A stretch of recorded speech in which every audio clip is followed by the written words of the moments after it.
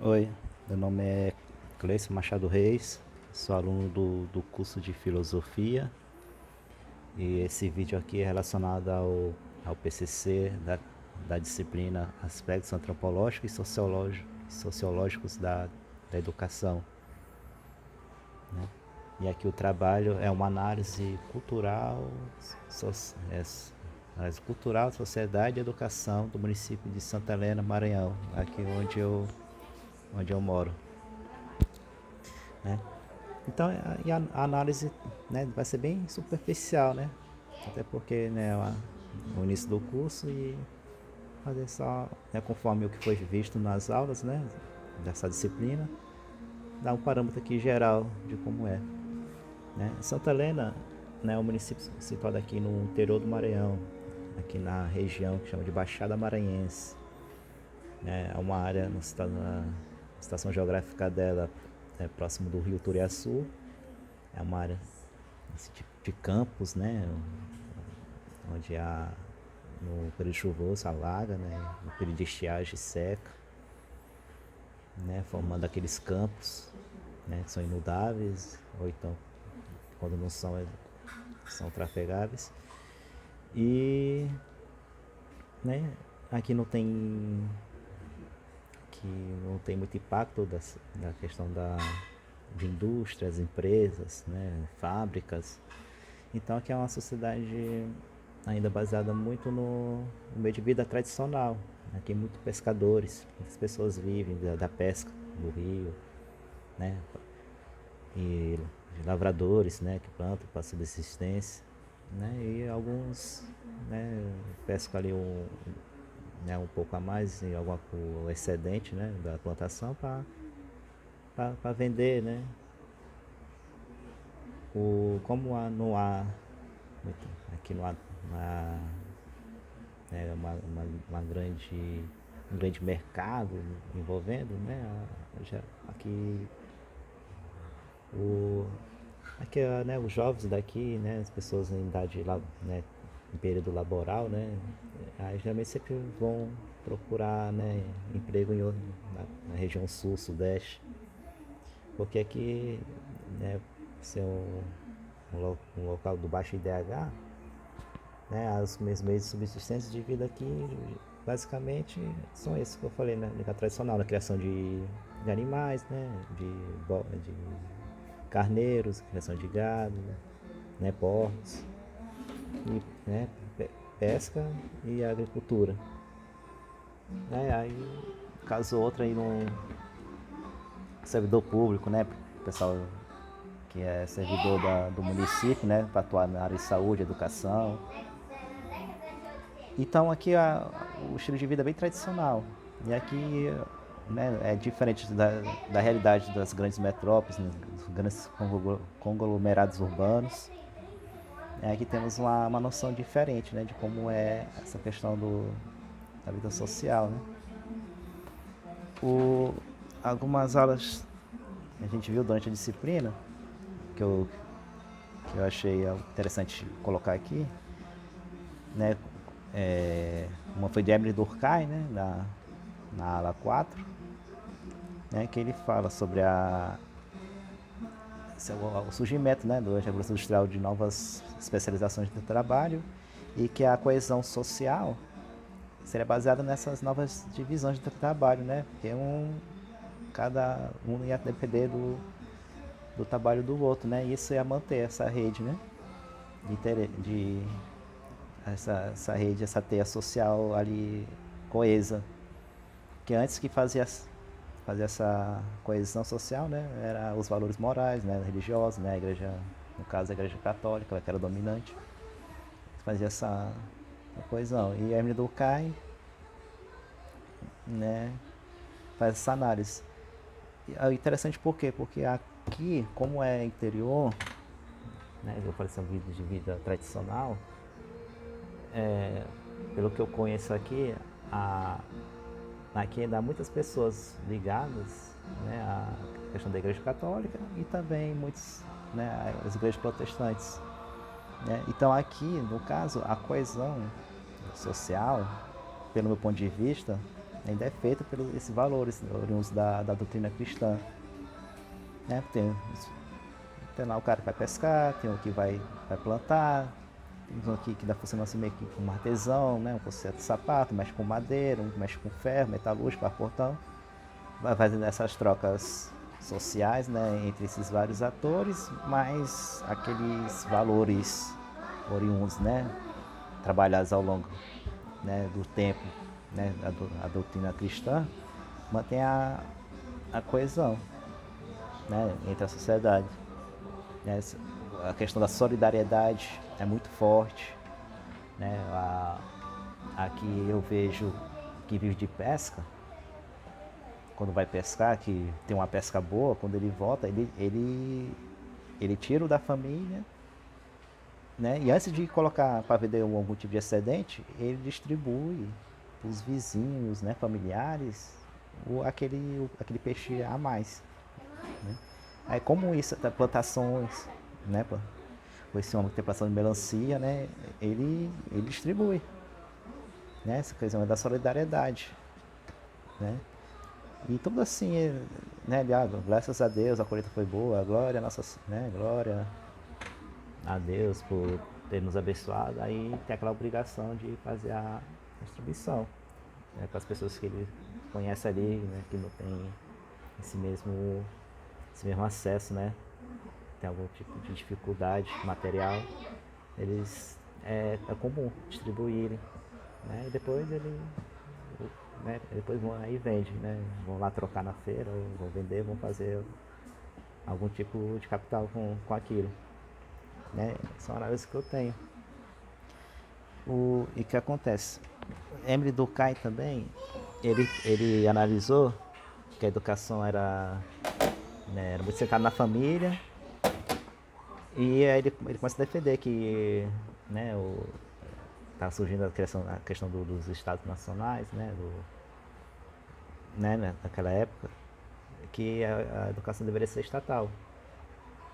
Né? Só que ele defendia que ia ser estatal, mas que ela não poderia seguir um tipo de ideologia, né, de um partido, coisa, né, nesse sentido. Era ser uma educação voltada para que aquele indivíduo, né, pudesse aprender todos aqueles valores que regia, né, a rede social ali do local, para que ele, né, pudesse né, inserir na sociedade, sem causar, né, um impacto, uma ruptura, né, com o que já vinha sido trabalhado. Com base nisso, que eu acho interessante, que Emile Durkheim ainda tinha essa análise, né? Mas aí, acho que talvez ele fosse um dos primeiros a tratar essa questão do Estado, né, ser o dono da educação. E aqui, porque eu peguei nesse ponto? Porque as pessoas, como eu digo, são dessa maneira que eu falei, né, que são muito tradicionais, né, um meio de vida, né, menos complexo, mais simples. Mas a geração atual, 14, 15, 16 anos, né, que frequenta as escolas e também tem muita influência, né, da internet hoje, redes sociais, dos influenciadores, né, acabam né, sendo formados com outros tipos né, de aspectos, valores, né, sociais, que vai de um ponto de encontro com o tradicional aqui, que a sociedade daqui tem, que a família, né, tem. E como é obrigatória a educação estatal, acaba fomentando, né, esse tipo de embate. Né, que Emile Durkheim, ele já, né, apesar dele defender, ele já achava que não devia ser com uma ideologia, devia atender a rede social lá da época, né? Ó, tem um livro aqui, ó, Maquiel Pedagogo, né, do autor Pascal Bernardin. Aqui onde na página 64, né, ele vê essa contradição, né? Ele coloca assim, ó: a educação cívica é também um ensinamento de valores, não pode estar isenta das questões acerca de sua origem, sua definição, da legitimidade daqueles que têm incumbência de ensiná-la. Né? tem todos esses valores e quem está ensinando tem que levar em conta, né? Ó, a escolha dos valores e dos princípios serão ensinados depende da família, de suas crenças, sobretudo religiosas, e a única garantia contra o totalitarismo de estados ideológicos. É justamente que vai me educar já, né, não, ele não concordava, né, de que a educação não deveria servir para, né, educação ideológica. Mas se você colocar centralizando no Estado, né, tende a cair nisso aqui, né, no totalitarismo de Estado, né, ideológico. Por exemplo, no nazismo. Toda aquela, né, as crianças daquela época doutrinando, né, na ideologia nazista, né, em vez de repassar aqueles valores tradicionais da sociedade alemã, que há muito tempo que vinha, né, sendo trabalhado pelas famílias, né, pela comunidade e tudo, né, é substituído, né, por uma ideologia, né? Aí esse é o ponto que eu quis abordar aqui superficialmente, né? Fazer essa reflexão. Na página 66, né? Esse mesmo livro de Pascal Bernardin. Né? Um ponto negativo, né? Por exemplo, se você não repassa os valores que aquela sociedade tem, o que pode acarretar? Acarreta o que, como ele diz aqui, ó.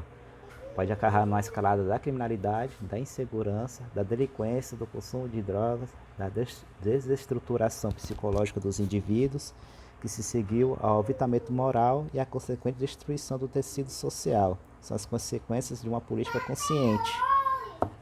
Né? Se quem comanda o Estado usa a educação para promover tipo de valores que vai causar todas essas mazelas, né? É uma política consciente de destruição da sociedade. Então, é esse tipo de reflexão que temos que ter, né? Sobre a questão do aspecto sociológico e o que a educação hoje, né, tem sobre isso. Porque como eu digo aqui tem muito tradicional. E a nova geração, né, influenciada, né, principalmente pelas mídias sociais, e o certo tipo de pedagogia, dependendo do que adota nas escolas, que todas as escolas aqui são da rede estadual, né, e municipal, pertence ao poder público.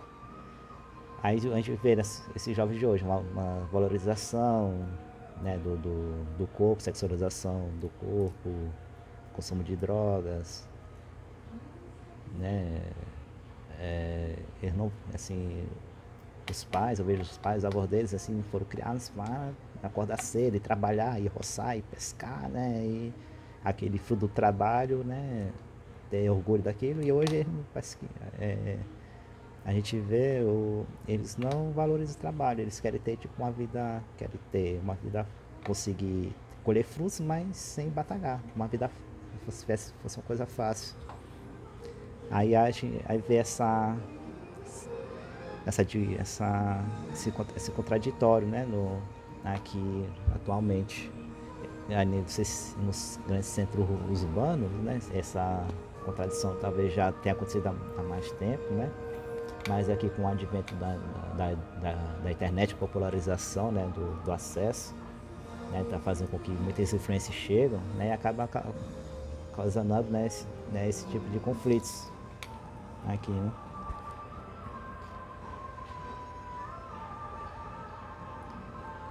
Aí,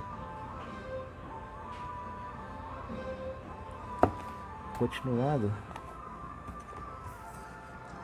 também um ponto importante que ao longo da disciplina, na sociologia de Max Weber, né, que ele identificou que a educação acabou sendo voltada, né, tem a pedagogia do cultivo, que é voltada justamente para esse lado da construção do ser moral, né, do ser intelectual, do virtuoso, né, que já era muito bem trabalhada né, na Idade Média, né, e uma priorização agora do treinamento, da pedagogia do treinamento, né, treinar com uma função específica né, da sociedade industrial, né, que estava surgindo, né, em detrimento do cultivo, o treinamento, né. Porque isso é interessante, porque essa valorização, né, da pedagogia, do treinamento, né, do ensinamento da tecnologia, das novas técnicas de ciências, né, voltado apenas para o industrial, também acho que acaba contribuindo para a dificuldade com que a tradição, né, familiar, social, né, é, seja repassada para as novas gerações, né, porque eles não acabam não tendo uma dimensão, né, dos aspectos culturais, aspectos morais, aspectos, né, dos valores, né, porque esses valores foram criados dentro da sociedade, né, e eles focam muito nesse aspecto do técnico, né, e aí também é mais um elemento que faz com que surja essa contradição entre as novas gerações com as gerações anteriores, né. O, Deixa eu ver só a anotação aqui.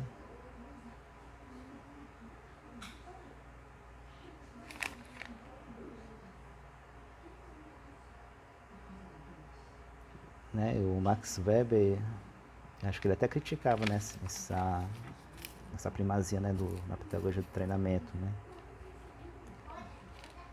Com relação a isso, também tem outro livro aqui, que é, deixa eu ver, um livro aqui, ó, o livro O Saber dos Antigos, né, do autor Giovanni Reale, né, já aqui na página 101, né, o que o Giovanni Reale diz, né, sobre essa questão de priorizar, né, o treinamento, né, as técnicas, né, essa questão científica. Outro mal que aflige o homem de hoje é a busca ilimitada do bem-estar material, como substituto à felicidade espiritual, liquidada como quimérico e inexistente sonho do passado. Aí na página 102. Na verdade, a equação felicidade é igual ao bem-estar material está longe de ser ponto pacífico. É certo que o homem de hoje não quer renunciar ao bem-estar, mas depois de ter experimentado amplamente tudo que foi produzido pela mentalidade tecnológico-praxista, ele se deu conta de que esta traiu suas promessas.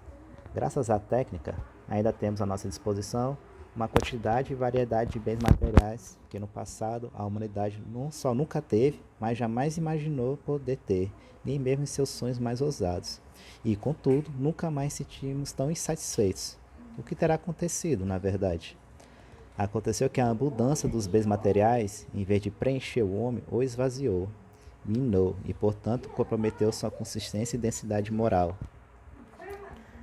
Tá, essa citação que eu fiz é só, né, para fazer uma reflexão, né, dessa valorização da pedagogia do treinamento, né, que acaba levando essa educação técnica, né, do conhecimento técnico da função, que acaba levando a um cientificismo, né, só uma valorização dos métodos, né, da ciência, né, e a Revolução Industrial foi, né, cada vez mais buscando, né, facilitar a vida do homem, né, os bens, né, o fogão, a geladeira, né, máquina liquidificador, ferro de passar, né, tudo isso para melhorar a vida do homem, né? E esse bem-estar material, não necessariamente somente ele traz a felicidade, né? Vamos dizer assim. Né? E aqui, como aqui é uma vida mais tradicional, né, as pessoas, apesar de serem mais simples, mais humildes, né? Eu frequentar a casa de alguns, né? Eu, né, vejo que eles não têm tantas essas inovações tecnológicas, mas são pessoas bem, né? São pessoas assim, vamos dizer, felizes, né? Frequentar na casa familiar, os vizinhos, né? Partilham, né? Vão lá na missa e né? Tem esse lado espiritual, né? mais enganjado. E é justamente o que esse livro, né, trata. né, a gente equacionar na nossa sociedade atual essa questão do avanço tecnológico, né, avanço do bem-estar material e, né, não necessariamente se a gente não tiver outros, né, outros aspectos da vida, né, não necessariamente a pessoa vai ter, né, ser uma felicidade plena, né, vamos assim dizer por alto. Então são coisas, né, ao longo da disciplina que a gente vai estudando, vai lendo alguns desses autores, né, mais antigos e vendo alguns mais recentes, né, sempre essa análise, né, de alguns pontos, né, e eu acho interessante poder, né, sempre estar vendo isso, né, para poder ver, né, o que é melhor para fazer, né, para deixar uma sociedade melhor, né, para as futuras gerações, né, porque isso é importante, né, o tradicional, né, o que tem de certo no tradicional, né, o que deu certo, né, e continuar o que deu errado, né, modificar o que tem que deu certo no novo, na nova maneira, né, assimilar ele já no tradicional e o que tem de errado no novo também eliminar, né, e com isso ir, né, moldando a melhor forma de se fazer isso. Essa a questão da educação, né, ver esse contraditório, né, dela se focar apenas em matérias, né, apenas voltadas para o mercado de trabalho da sociedade capitalista ou também, né, fazer para, né, preencher esse outro lado, né, da formação das pessoas, porque, né, a geração atual aqui, né, a gente vê, né, são muito voltados para quer aprender apenas uma profissão para poder ganhar um dinheiro, não sabe, né, como vai agir no emprego, as decisões a tomar, né, os valores ali envolvidos né, na sua prática diária, essa valorização de tecnologias, né, valorização de smartphones, tablets, né, computadores, né, são coisas que, né, como a disciplina trata, né, da educação né, desde a época do advento do iluminismo, né, até os dias atuais. Eu quis fazer né, esse comparativo aqui na realidade, né, por achar, eu não sei, né, com os outros alunos, mas aqui como ser um lugar, né, assim, um lugar mais tradicional, né, um lugar ainda que não tem essa complexidade, um grande centro urbano, uma grande metrópole, né, não tem né, aquela coisa frenética, né, um modo de vida aqui ainda, né, bem diferente, né, mas como afeta, né, que ainda tem muito essa questão tradicional, né, e da nova geração com essa nova realidade, né, da tecnologia, né, e isso relacionado aos modos de vida aqui.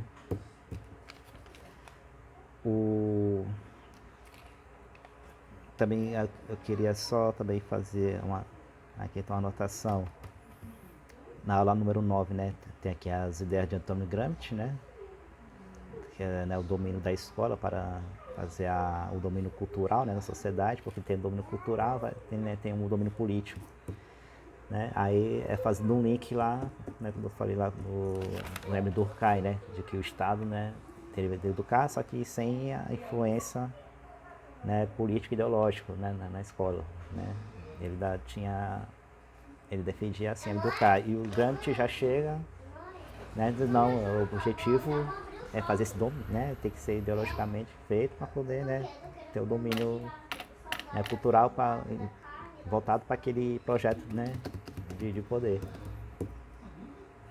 né, e eu quis só fazer esse link, né, porque, né, aquele no livro lá do Pascal Bernardin, né, o Maquiavel Pedagogo, lá ele coloca algumas técnicas, né, de pedagogia, né, de psicológicas, né, para moldar, né, a criança em formação para que ela, né, seja né, seja um membro aí daquela ideologia, né, talvez né, um propagador, né? E é um assunto que está em alta aí no país hoje, né? E foi tratado, né? Essa questão do aspecto sociológico com a educação, né? A disciplina. Eu acho um ponto importante, né? Para ser feita uma reflexão. Também, acho que na aula 10 já tem aqui o Karl Marenhai, né? Karl Marenhai, né? E ele também ele busca aquele conceito de Marcus Weber, né? Sobre essa questão da pedagogia, né? Separação, né? Entre cultivo e treinamento, né? Ele pegou esse conceito de Marcus Weber, só que ao invés de separar, ele já defendeu ele já foi contrário a essa separação, né? De que é importante o cultivo, a pedagogia do cultivo, junto com a do treinamento. Não só apenas vou treinar a pessoa para o mercado, né, industrial, mercado capitalista, desenvolver a função no mercado, né, na sociedade capitalista, mas também do cultivo, né? Só que o que acontece? Ele defendia, né, que a sociedade, né, e a educação deve ser dirigida por cientistas, né, tudo embasado pelo método científico. Mas aí já entra, né, naquela questão do livro do Giovanni Reale, né, desse excesso do cientificismo na sociedade, né, essa negação de que há outros conhecimentos, né, e que nem tudo se resume apenas no método científico, como ele explica no livro, né, o método científico é apenas uma maneira de conhecer uma parte da realidade, né? Ali se aplica às leis naturais, né? Entendeu? Mas há outros assuntos que se tratam que não é na pesquisa científica, há outros métodos, né? Como ele defende lá a metafísica, né? Que mexe com essa questão do transcendental, do ser, conhecer o ser. Então é um assunto bem pode ser bem trabalhado, né? Tem que ser bem discutido, né? Dentro da política de educação, né? Porque, por exemplo, na pedagogia do cultivo, né? Era, por exemplo, aparentemente era muito bem feito, né? Na Idade Média, através do trívio, né? Do trívio, quadrívio, né? Isso era bem trabalhado e hoje já não se trabalha tanto, já é aquela coisa mais mecanizada, né? Já o trabalho, né? O trabalho manual, técnico, né? Da coisa. Né? Então é essa que é a análise que eu fiz aqui da realidade, né? E aqui só um último ponto. Aqui só tá lendo, né? Como eu falo, tá tendo esse antagonismo entre né, o pessoal, né, os avós, os pais, são mais tradicionais com essa nova geração, né? Tem um livro aqui do autor Roger Scruton, né? Como ser um conservador, né? E aqui ele tem uma análise interessante que a gente vê na prática, né? Que é a reação, né, das pessoas entre essas gerações, né? A mais ligada à tradicional e a nova ligada mais a esses novos conceitos, né? E aqui ele na página 8, né? Que eu achei interessante, página 8. Na página 8, né?